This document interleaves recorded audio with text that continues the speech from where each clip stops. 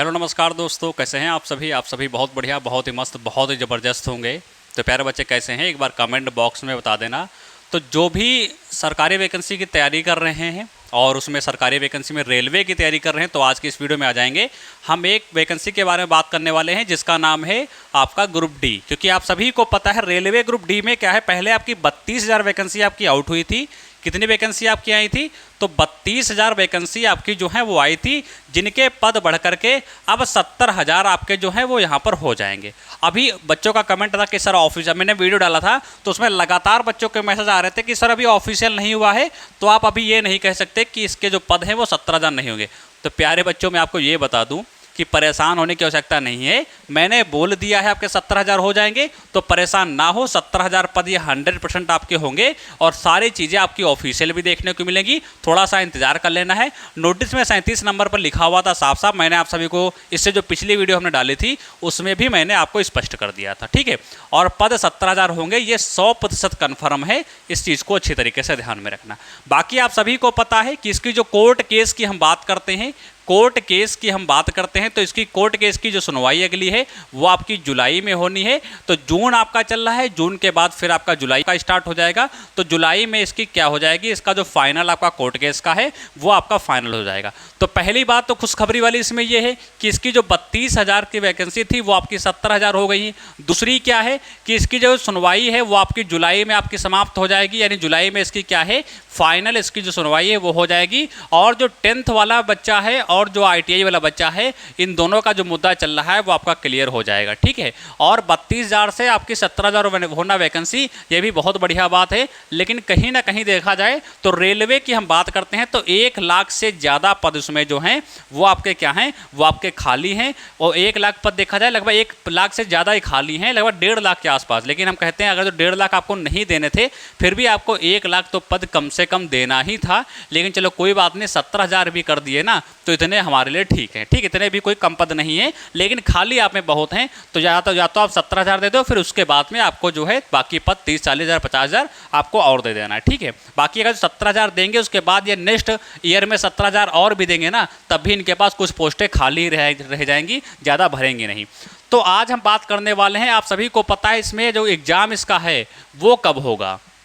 सबसे ज़्यादा जो है कमेंट आ रहे हैं कि इसका एग्ज़ाम कब होगा। और हमने एक चीज़ पहले ही आप सभी को बता दी कि आपका जो कोर्ट केस है, उस कोर्ट केस से आपका जो है इसके एग्ज़ाम डेट पर प्रभाव नहीं पड़ेगा। क्योंकि इसका जो कोर्ट केस लगा हुआ है जुलाई में जिसकी सुनवाई है उसका, और इसकी एग्ज़ाम डेट का इस पर प्रभाव नहीं पड़ेगा। अब बच्चों को कमेंट आ रहे हैं कि क्या इसका जो एग्ज़ाम है वो आपका अगस्त में होगा, कोई कह रहा है सितंबर में होगा, कोई कह रहा है अक्टूबर में होगा, और इससे पहले तो हो रहा था जुलाई में होगा, जो कि आपका जून के जस्ट बाद आपका जुलाई में है। तो आखिर इसकी सच्चाई क्या है वो आज की इस वीडियो में समझने वाले हैं।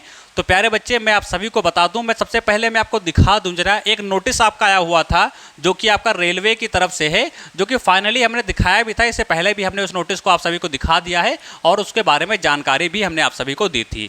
और इतना समझ लेना, ये पहली बात तो नोटिस हमने बताया ही था कि ये जो नोटिस आपका रेलवे की तरफ से जो वायरल हो रहा है, ये पहली बात तो फेक है। ये चीज़ मैंने आप सभी को बता दी थी कि नोटिस क्या है, नोटिस फेक है। फेक कैसे था, मैंने आप सभी को बताया था कि पहली बात, जब भी कोई रेलवे नोटिस आपका जारी करता है, रेलवे जब भी कोई नोटिस आपका जारी करता है तो वहाँ पर यह नहीं लिखता है कि ये एग्ज़ाम नोटिस है। तो सबसे पहला पॉइंट तो यहाँ से हमने इसको पकड़ लिया था कि ये फेक है।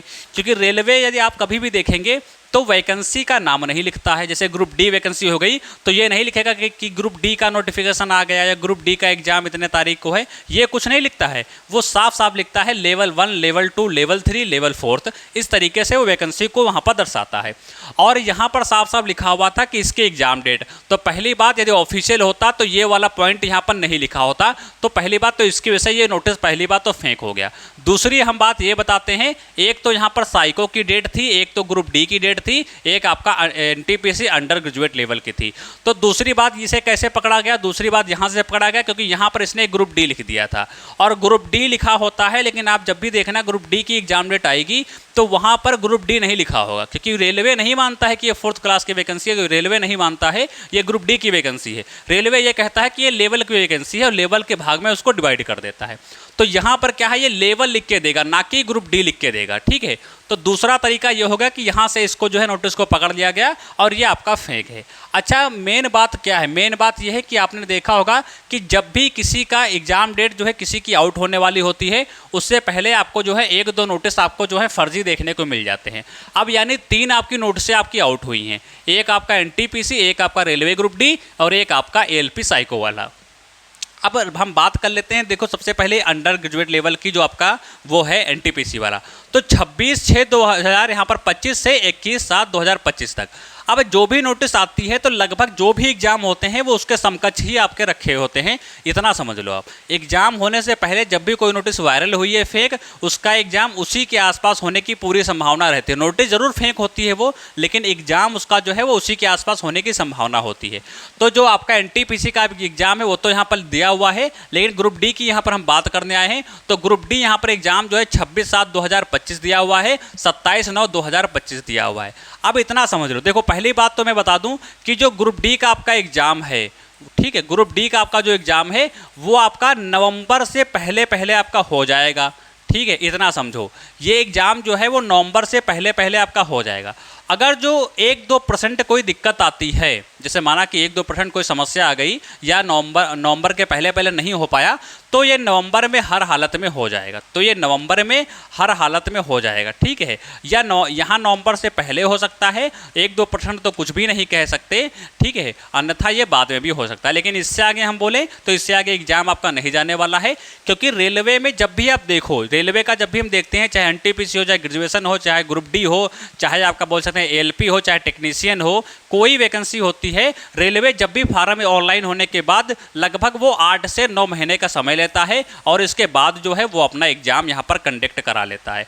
तो ग्रुप डी का भी कुछ सीन यहाँ पर रहने वाला है। आप नवंबर के पहले मान सकते हैं कि एग्जाम आपका जो है नवंबर के जस्ट पहले आपका जो है संपन्न हो जाएगा। अब यदि कोई समस्या आती है तो वो नवंबर में आपका शिफ्ट हो जाएगा, लेकिन इसके अलावा आपको एग्जाम डेट और कोई दूसरी देखने को नहीं मिलेगी। इस नोटिस के मुताबिक यही है। और बाकी नोटिस आई है, फिर नोटिस फेक जरूर है, लेकिन एग्जाम डेट आपकी जो है वो इसी के आसपास रहने वाली है। 20-25 दिन का इधर उधर हो सकता है, इससे ज़्यादा आपको देखने को नहीं मिलेगा। तो रेलवे ग्रुप डी के जितने भी अभ्यर्थी हैं उन सभी के लिए सुनहरा मौका है, अपनी तैयारी बढ़िया तरीके से कर लो। और साइको वाला भी एग्जाम आपका जो है वो आपका इसी के आसपास आपको देखने को मिलेगा। ठीक है, तो ये रेलवे ग्रुप डी के लिए जितने भी आपके बच्चे थे उन सभी के लिए बहुत ही खुशखबरी वाली बात है।